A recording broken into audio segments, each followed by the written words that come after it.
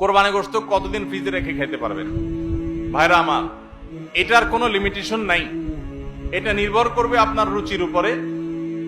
এটা নির্ভর করবে যে আপনি কতদিন রেখে নিজে খেতে চাচ্ছেন বা এটা কতদিন ভালো থাকে তার উপরে। অনেকে খুব বেশি দিন গোশত ফ্রিজে রেখে, মাছ ফ্রিজে রেখে খেতে পছন্দ করেন না। ভাইরা আমার, কোরবানির গোশত যেহেতু আল্লাহকে আমি দিয়ে দিয়েছি, এটা আসলে আমার কিনা গোশতের মতো না। অতএব এখানে আমি যেটুকু পাই ওইটুকুই আমার জন্য বেশি। এই মানসিকতা থাকলে তাহলে গোশতের মধ্যে লাভ লস আর হিসাব করার মানসিকতা আমাদের থাকবে না। কোরবানির পশুর গোশত বেশিরভাগই দান করে দিবেন। আপনি 3 ভাগের 1 ভাগ দান করলেন, 1 ভাগ আত্মীয় স্বজনকে খাওয়ালেন, আরেক ভাগ আপনি রেখে দিলেন।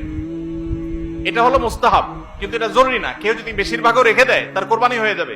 উদ্দেশ্য যদি আল্লাহকে খুশি করা হয়, গোশতটা যদি মূল উদ্দেশ্য না হয়। কারোর উদ্দেশ্য হতে পারে যে আমি রেখে দিয়ে পরে আস্তে আস্তে আল্লাহর রাস্তায় মানুষকে দিব, গরিব দুঃখীদেরকে রান্না করে খাওয়াবো, নিজেরাও খাবো, তো আলহামদুলিল্লাহ তিনি রাখতে পারেন। এটা কোনো লিমিটেশন নাই যে কোরবানি গোশত এতদিনে বেশি রাখা যায় না, এমন কোনো কথা নাই।